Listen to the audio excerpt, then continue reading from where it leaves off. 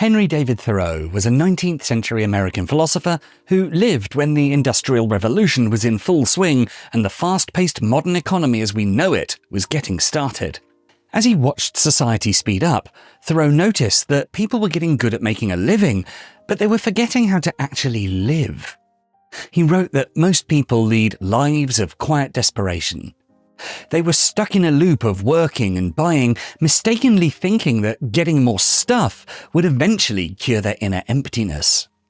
Thoreau was a key figure in the Transcendentalist movement, which taught that people are at their best when they trust their own intuition, connect with nature, and rely on themselves rather than conforming to society's expectations. To Thoreau, true wealth was about letting go of unnecessary distractions, finding inner peace, and living by your own values instead of trying to impress other people. To find out what people really need to be happy, Thoreau stepped away from society and moved to a small cabin by Walden Pond. He wanted to live with only the basics and see what was left when he cut out the noise and distractions of everyday life. While he was there, he spent his days observing nature and reflecting on his own thoughts.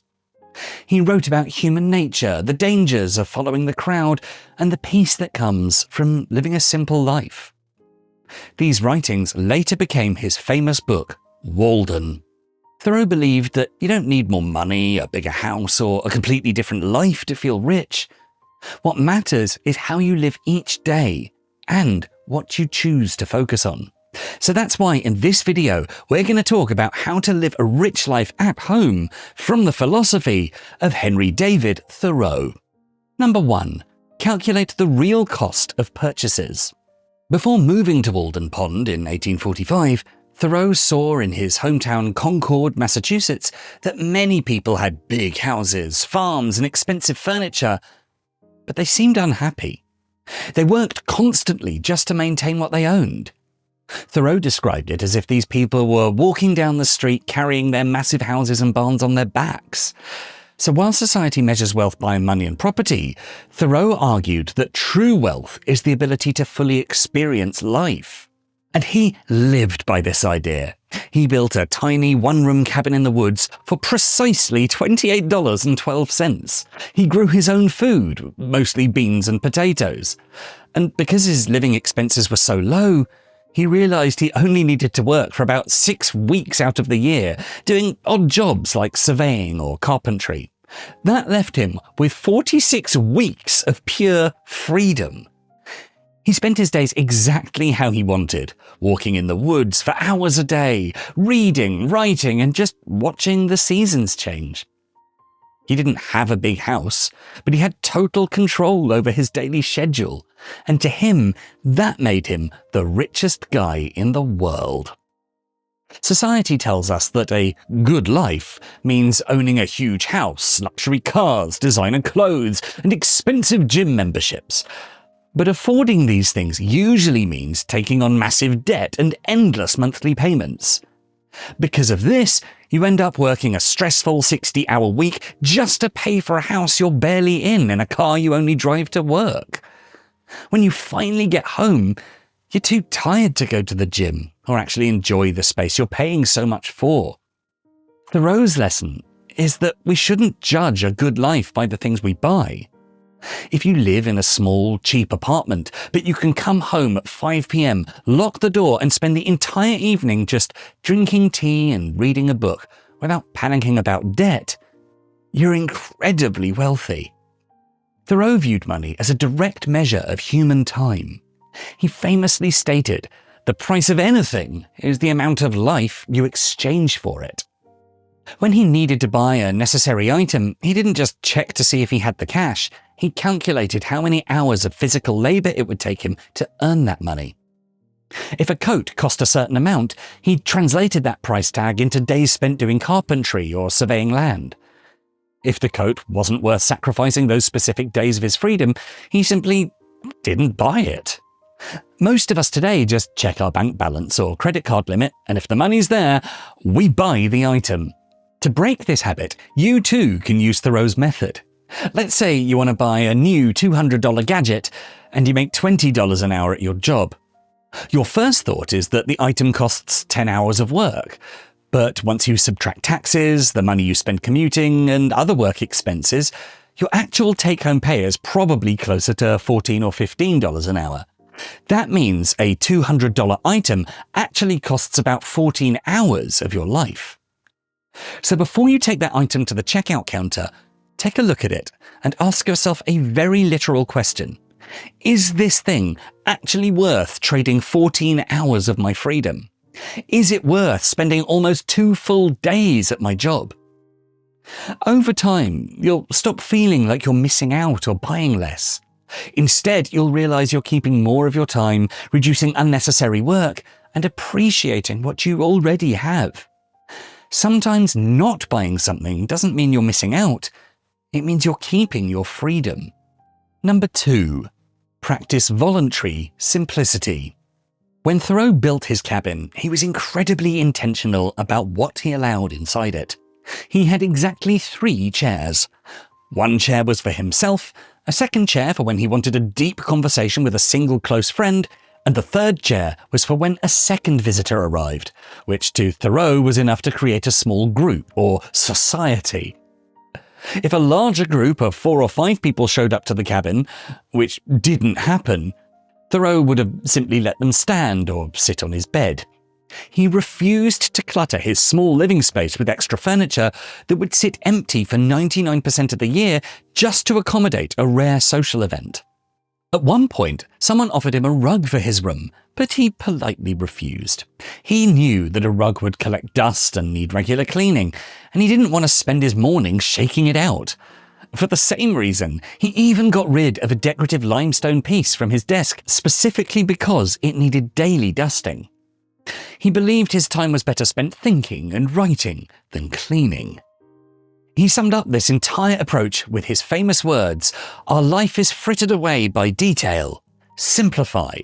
Simplify." Look at how we live today. The average house is packed with unnecessary stuff. We have 2-car garages so full of forgotten boxes that we actually have to park in the driveway. We spend our weekends buying plastic bins just to organize things we haven't touched in years. Instead of enjoying our free time, we're constantly cleaning, sorting, charging, and managing all our belongings. This is where the practice of voluntary simplicity comes in. It means being more intentional about what you bring into your home and what you choose to keep. Start walking through your rooms and getting rid of things that don't serve a real purpose. Clear out the junk drawers. Donate the clothes you've kept for 3 years hoping they'll fit again. Let go of the gear you bought for a hobby that you never really started. Stop keeping things out of guilt or the fear that you might need it one day. When you get into the habit of wanting less and owning less, 2 great things happen. First, you keep more of your money because you stop buying random things just to fill empty space. And second, you get your time back. When you spend less time cleaning, organizing, and moving stuff around, you finally get the physical and mental space to just sit down and relax in your own home. Number 3. Bring the wild indoors. In the summer, Thoreau left his doors and windows open. He paid close attention to exactly when the ice on Walden Pond melted in the spring, and he spent hours just watching the birds and insects around his house. He firmly believed that humans are animals, and that having a direct daily connection to the natural world is essential for our mental health. Today, we keep the thermostat set to the exact same temperature all year round. We pull down the heavy blinds, turn on the bright artificial lights, and block out the outside world. We've started to view nature as a distant destination, like a national park or hiking trail that we have to pack up and drive to on the weekends. Thoreau's point is that you don't have to buy a cabin in the woods to connect with nature.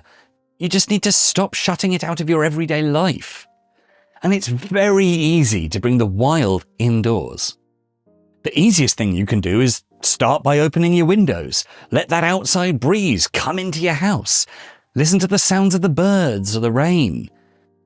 Then you can buy a few inexpensive houseplants, put them around on a windowsill and take the time to water them and watch them grow. Then you can try watching the sunrise while you drink your morning coffee. Notice how the natural light changes and moves across your living room throughout the afternoon.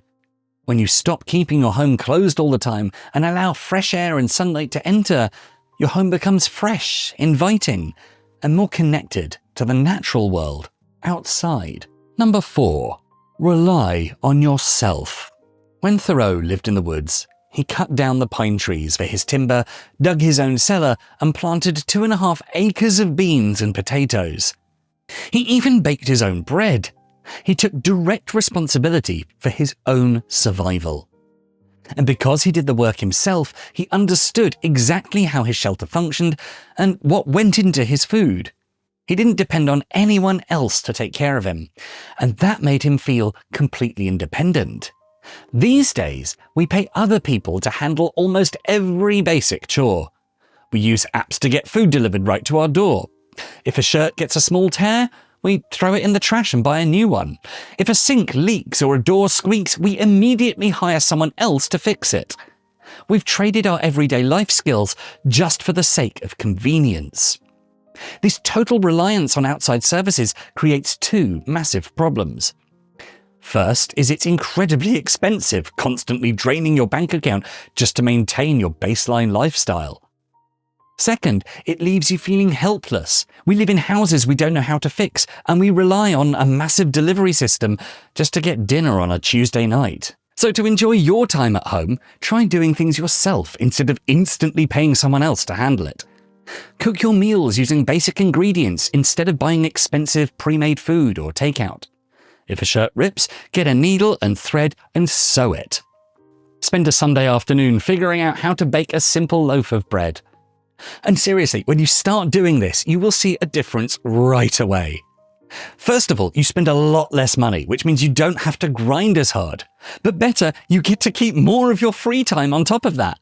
And more importantly, it feels really good to eat a meal that you cook from scratch or look at something you fixed with your own hands. You stop just buying your way through life and become someone who can actually take care of themselves. Number 5. Find joy in the ordinary. As we mentioned, Thoreau took direct responsibility for his own survival by taking care of essential tasks like cleaning, planting his own beans, and baking his own bread. But he wasn't just carelessly going through the motions, he was paying attention to them. He wrote, "To affect the quality of the day, that is the highest of arts." He meant that the real secret to good life isn't doing extraordinary things, it's learning how to experience ordinary things with complete attention. Today, we view chores like washing dishes, folding laundry, or making breakfast as annoying tasks to rush through and get done. To make the time pass, we prop our phones up on the kitchen counter to watch videos while we cook, or we put in earbuds to listen to a podcast while we sweep the floor. We're physically doing the work, but mentally we're somewhere else. We spend our entire days trying to avoid the physical reality of our own lives. To live richly, you have to start paying close attention to what you're doing. So when you wash the dishes tonight, notice the temperature of the warm water on your hands. Pay attention to the smell of the dish soap. When you make a simple cup of tea or coffee in the morning, don't pick up your phone and look at your emails while you drink it. Just hold the mug and actually feel the warmth against your palms. Take a sip and really taste it. When you stop rushing and start paying close attention to the present moment, you realize that your daily life is already filled with interesting physical details. By simply changing how you pay attention to them, even the most basic, modest home routine feels satisfying and completely rich. Number 6. Stop trying to keep up. When Thoreau lived in Concord, people cared a lot about what others thought of them. They wore certain clothes and built certain kinds of houses because they were afraid of looking poor or unsuccessful. Thoreau believed that trying to impress other people only made life harder. He wrote that if a person doesn't keep up with everyone else, it may be because they're marching to the beat of a different drum. Our modern crowd isn't just our neighbours, it's our social media feeds and targeted advertising that are specifically designed to make you feel like your life is inadequate. Every time you open your phone, you're flooded with images of perfectly styled living rooms, massive kitchen renovations, and luxury lifestyles. You can be perfectly happy sitting on your perfectly fine 5-year-old couch, but the moment you open an app and see an influencer with a brand new expensive aesthetic, you suddenly feel like your home is outdated and embarrassing. The outside world is constantly trying to convince you that your lifestyle isn't good enough so that they can get some of your money. So you need to disconnect from this illusion. You have to actively protect what you allow into your brain. Unfollow those influencers, brands, and lifestyle accounts that trigger comparison or give you the sudden urge to buy things that you didn't even know existed 5 minutes ago. Stop consuming content that makes you feel bad about the space you live in. Your home is supposed to be the one place in the world where you don't have to perform for anyone else, or impress anyone else, or keep up with current trends. Don't let the noise and the unrealistic expectations of the outside world tell you how to feel inside your own 4 walls. When you stop looking at what the crowd is doing, you'll realize that you already have exactly what you need to be happy. Number 7. Enjoy solitude. Thoreau viewed being alone as a rare opportunity. He wrote, "I never found the companion that was so companionable as solitude." For him, being alone was the only way to figure out what he actually thought, away from the influence and opinions of the crowd. He spent hours just sitting in his doorway doing absolutely nothing but observing the trees and listening to his own mind work. Today, we're terrified of silence. The moment we walk into an empty house, we turn on the television just to have some background noise. If we're cooking dinner or folding laundry, we have a podcast or music playing in the background. If we sit on the couch for more than 30 seconds, we'll definitely pull out our phones and start scrolling. We're constantly absorbing outside information, voices, and opinions because we don't know how to simply sit with ourselves. To live richly, you have to actively build the habit of solitude. Find a quiet spot in your house. Even just a comfy chair will do. And once a day, try sitting there for an hour in total silence. Now, if doing this for a full hour right away sounds intimidating, which admittedly it does, try starting with just 10 minutes and work your way up from there. Take your headphones off and leave your phone in another room. Look out of the window, think about a conversation you had, or see how you're feeling right now. You could find yourself figuring out your own opinions without the internet telling you what to think, or just daydreaming about future plans and old memories. Sometimes your mind might just go blank and you'll zone out entirely, which is also completely fine. The goal is to give your brain a much-needed break from screens and noise so it can do its own thing for a bit. Once you get used to the silence, your home stops just being a place to look at screens and becomes a place where you can actually rest. Number 8. Invest in intellectual pursuits. When Thoreau packed his belongings to move to Walden Pond, he didn't just bring tools to work the land, he brought a stack of books. He kept a copy of Homer's Iliad right on the table. He believed that the smartest people who had ever lived had already written down their absolute best ideas, and those books were just sitting there, waiting for anyone to read them. Thoreau didn't feel the need to buy an expensive boat ticket to Europe to see the world because he knew he could explore the entire history of human civilization, learn new philosophies, and engage with brilliant ideas right from a wooden chair in his tiny cabin. We assume that we need to book expensive vacations to experience different cultures, or pay for exclusive seminars and premium subscriptions to learn something new. But you can experience the world and expand your thinking without spending a single dollar. A free card at your local public library literally gives you access to the greatest thinkers, scientists, and writers in human history. You can also use a basic internet connection to read thousands of public domain classics for free. You can sit in a cheap second-hand armchair in a small apartment and completely change the way you understand the world just by reading a good book. Commit to spending your evening reading deeply. Pick a topic you want to understand, whether it's history, science, or a new philosophy. Buy a blank notebook and start writing down your own daily thoughts and observations, exactly like Thoreau did in his journals. When you spend your evenings reading, learning, or simply thinking, you stop relying on expensive things to stay entertained. An active, curious mind can keep you engaged for hours, and it doesn't cost you a thing. And that's our video. I've been Dan, you've been awesome, and if you enjoyed what you saw or found it helpful at all, why not check out our full Philosophies for Life playlist? And for more videos to help you find success and happiness using beautiful philosophical wisdom, don't forget to subscribe. Thanks so much for watching.